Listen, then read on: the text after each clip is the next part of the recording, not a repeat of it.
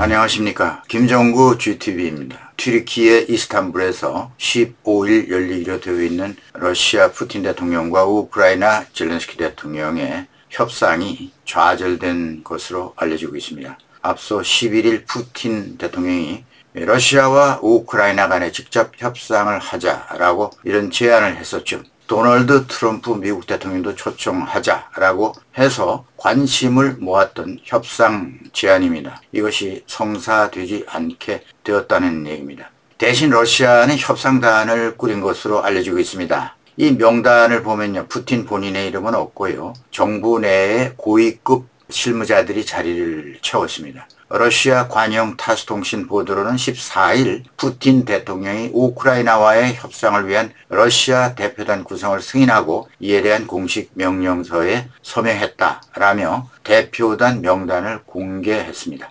대표단장은 즉 수석대표라고 할 수 있습니다.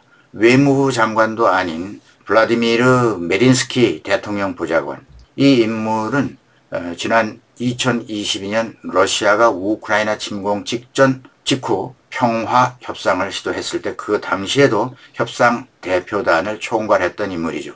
그리고 외무부 차관, 국방 차관, 대통령실 부국장, 외무부, 국방부 국장 등 차관과 국장급으로 협상단을 채웠습니다. 그리고 예상했던 대로 러시아는 이런 주장을 했죠. 이번 협상은 2022년 3월 키이우의 일방적 결정으로 중단됐던 기존 양국 간의 평화협상을 재개하는 것이다. 그러면서 유리 우샤코프 크렘린 외교정책보좌관은 이날 당시 협상이 보리스 존슨 전 영국 총리의 개입으로 중단됐다. 그러면서 이어서 이번 만남에서는 휴전 종전을 위한 정치적 쟁점뿐만 아니라 기술적 세부 사항도 이번 협상에서 논의될 것이다. 이렇게 말했습니다. 3년 전 주장을 다시 한다는 얘기죠. 그때는 러시아는 우크라이나를 정말 주권국으로 인정하지 않는다는 주장을 했었습니다. 3년 전 꾸려졌던 협상단과 지금 이번에 협상단이 거의 비슷합니다. 3년 전에는 2020년 2월 벨라루스의 고멜이라고 하는 도시에서 처음 시작했습니다. 그리고 3월 말 이스탄불 돌마바흐체 궁전의 마지막 고위급 회담까지 해서 총 4차례 만난 적이 있었습니다. 하지만 러시아군의 부차 학살 사건이 일어나죠. 그 사건 이후에 우크라이나가 강경 입장으로 선회하면서 협상은 결렬되어 버렸습니다. 젤렌스키 대통령도 튀르키예에서의 푸틴을 직접 기다리겠다 이렇게 말했지만 푸틴이 나서지 않으니까 젤렌스키 대통령도 협상장의 모습을 드러내지 않을 가능성이 있습니다. 앞서 두 사람이 만날 경우 현재 중동을 순방 중인 도널드 트럼프 대통령이 동참할 가능성도 거론됐었는데요. 기대할 수 없게 됐습니다.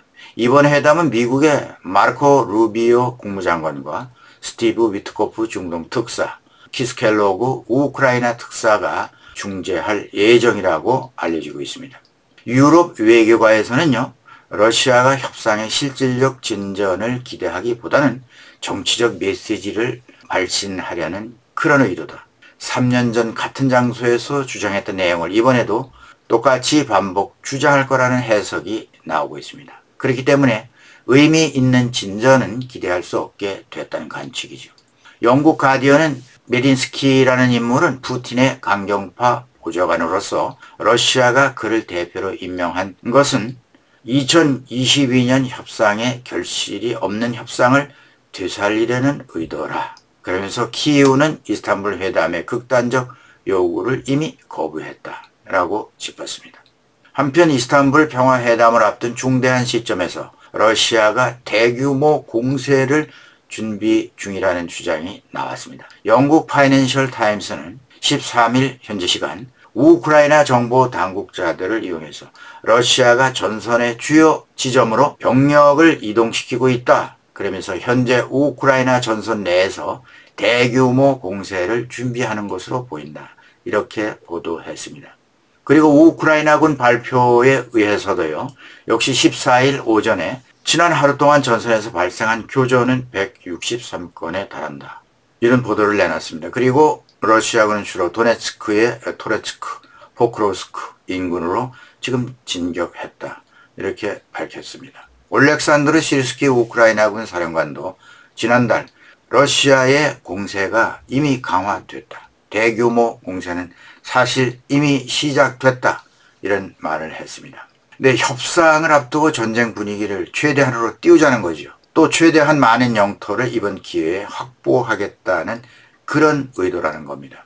그럼 여기서 푸틴이 직접 참석하지도 않을 평화회담을 왜 거짓 참석한다고 제안을 했을까? 그 진짜 속내는 뭘까?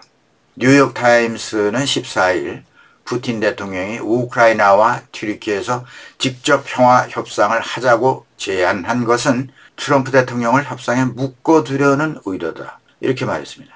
진지한 평화 달성 의도는 없다.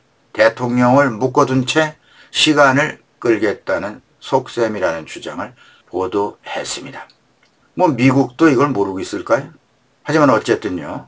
또 전선 사정으로 봐서 우크라이나는 미국의 지원이 끊어지면 하루아침에 전황이 불리해진다는 점을 노리고 있다는 거죠. 근데 이거는 앞서 학습 효과가 있습니다. 크루스크에서 우크라이나군이 패퇴해서 크루스크를 다시 러시아가 탈환하게 된 계기가 바로 트럼프 대통령이 워싱턴에서 젤렌스키와 다투었던 그때 그 순간이었었죠. 네, 그래서 또 서방이 이제 추가 제재를 하겠다고 했으니 일단 이것을 좀 피해보자 라는 그런 의도가 숨어 있다는 그런 얘기입니다. 말하자면 평화 협상을 하는 척 제스처를 보이고 지금까지 이어져 온 소모전에서 뭔가 숨쉴 틈을 찾고 호재로 이것을 돌파구로 삼는다는 전략이 숨어 있다는 얘기입니다. 카네기 러시아 유라시아 센터의 티티아나 스타노바야 선임연구원은 뉴욕타임스에서 이렇게 말했습니다.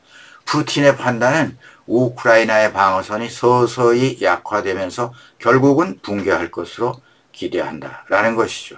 동시에 친러 성향인 트럼프와의 관계도 유지하고 싶어한다. 그리고 이스탄불 협상은 쇼에 불과하며 휴전이나 평화에 대해서 진지하게 논의할 조건이 전혀 갖춰져 있지 않은 상태에서 지금 쇼를 벌이고 있는 것이다. 이렇게 얘기했습니다. 자, 그럼 일단은 회담이 열리기는 하는데요. 앞서서 분석한 대로 러시아가 1차 이스탄불 회담 때 주장을 밀어붙일지 아니면 좀 다르게 평화협상의 여지가 조성될 수 있는 계기를 마련할지 일단 지켜봐야 하겠습니다. 네, 오늘은 여기까지 하겠습니다. 푸틴이 등장하는 이스탄불 회담은 물 건너갔다. 푸틴이 등장하는 이스탄불 회담은 기대할 수 없게 됐다. 그런 내용의 방송이었습니다. 김정구 GTV였습니다.